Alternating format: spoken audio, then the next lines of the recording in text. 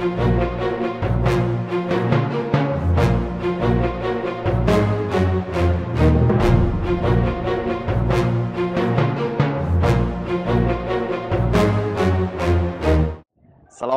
warahmatullahi wabarakatuh. Salam jumpa lagi dengan saya Samsul Ramli dalam channel pengadaan Samsul Ramli. Hari ini seperti yang kawan-kawan lihat semua di belakang ada Bendungan Tapin, salah satu proyek strategis dari pemerintah Republik Indonesia dan salah satu program unggulan juga oleh Pak Presiden Pak Joko Widodo yang berlokasi di Kabupaten Tapin, Rantau. Hari ini juga sekalian karena saya kebetulan dengan tim SR diajak untuk berkunjung secara khusus dalam rangka syukuran. Dalam rangka syukuran melewati 1 tahun anggaran, kita melakukan beberapa pendampingan di beberapa paket pekerjaan strategis yang ada di Kabupaten Tapin. Secara hitung-hitungan yang saya ingat ada sekitar 5 atau 7 pekerjaan konstruksi yang kita dampingi di sini.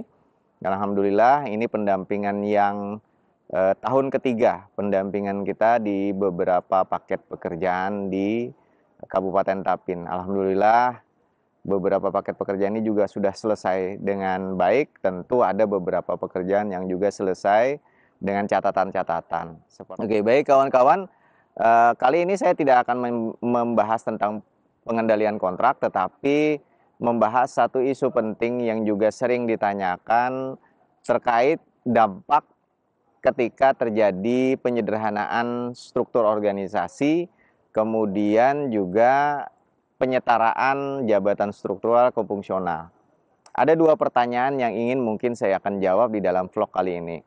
Yang pertama, pertanyaan yang sering muncul adalah, apakah pejabat pelaksana teknis kegiatan itu wajib memiliki sertifikat kompetensi?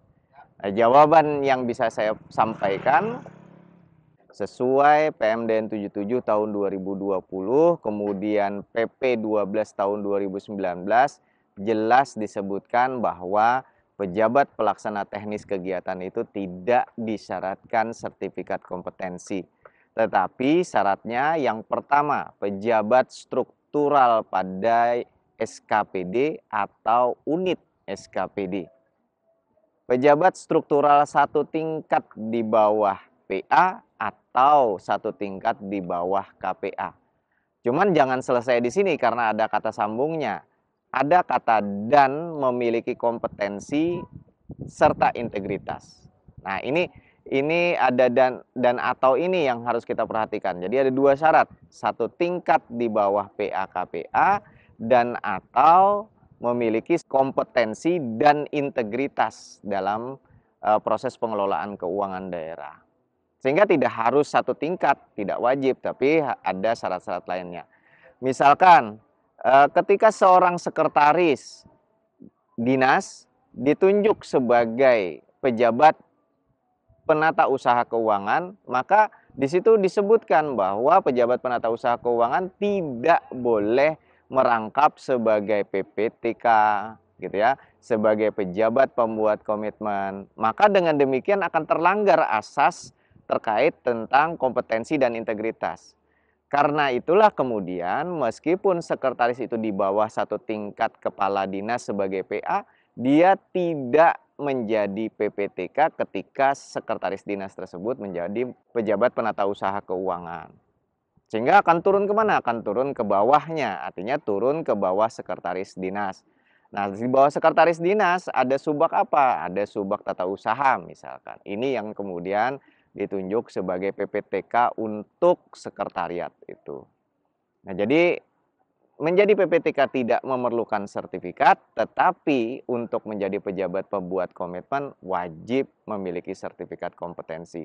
Dengan demikian, ketika PPTK ini memiliki sertifikat kompetensi, maka ada poin plus. Poin plusnya apa? Maka pejabat pelaksana teknis kegiatan yang memiliki sertifikat kompetensi dapat melaksanakan tugas-tugas ke PPK-an dari huruf A sampai 3M, dari proses perencanaan pengadaan sampai dengan penilaian kinerja penyedia, termasuk di dalamnya mengendalikan kontrak, kemudian juga menerbitkan SPPBJ. Kecuali yang tidak ada petunjuknya adalah pejabat pelaksana teknis yang memiliki sertifikat kompetensi tidak diberikan tugas untuk menandatangani kontrak. Ini tidak ada petunjuknya sama sekali, jadi saya tidak bisa membolehkan.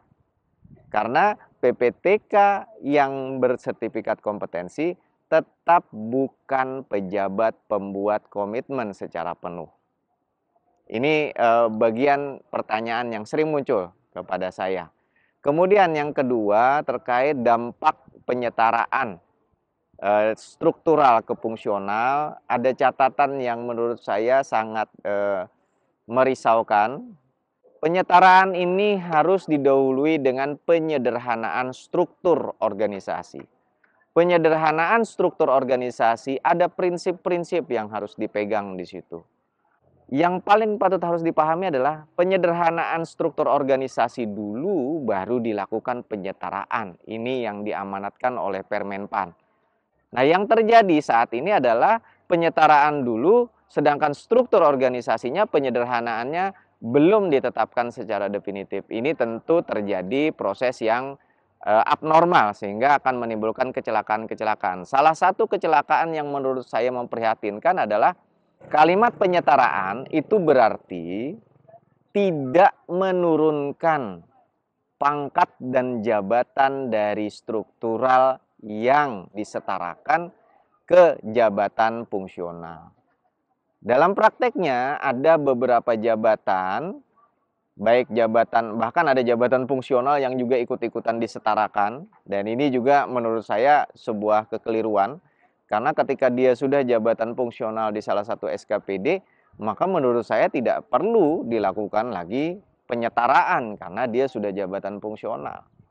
Ini berarti perpindahan sebenarnya. Nah, kemudian ada juga yang jabatannya sudah jelas 3B, 3C, kemudian 4A, 4B. Tetapi ada di beberapa daerah yang sampai ke saya bahwa 3C, 3D ini kemudian begitu disetarakan, disesuaikan, kemudian turun menjadi jabatan fungsional tingkat pertama yang harusnya paling tinggi adalah 3B. Ini bukan penyetaraan menurut saya, tetapi adalah penurunan pangkat dan jabatan. Kalau ini skemanya penyetaraan, maka tindakan yang seperti ini potensial melanggar prinsip penyetaraan. Karena bagaimanapun juga yang namanya penyetaraan itu bukan diturunkan, tetapi paling minimal sama dengan posisi sebelumnya atau lebih tinggi dari posisi sebelumnya. Mudah-mudahan ini juga menjadi catatan bagi kawan-kawan yang mengelola penyetaraan ini. Tolong, dan ini sudah tegas di dalam surat rekomendasi Permenpan RB, bahwa penyetaraan, penyederhanaan struktur organisasi tidak boleh merugikan hak-hak aparatur sipil negara dari sisi penghasilan maupun dari sisi karir. Dengan catatan ini mudah-mudahan penyetaraan yang terjadi saat ini, khususnya penyetaraan jabatan struktural ke fungsional, tidak ditunggangi oleh kepentingan-kepentingan lain selain pada mencapai efektivitas dan menjamin kesejahteraan dari aparatur sipil negara. Saya Samsur Ramli dari Bendungan Tapin. Salam pengadaan. Wassalamualaikum warahmatullahi wabarakatuh.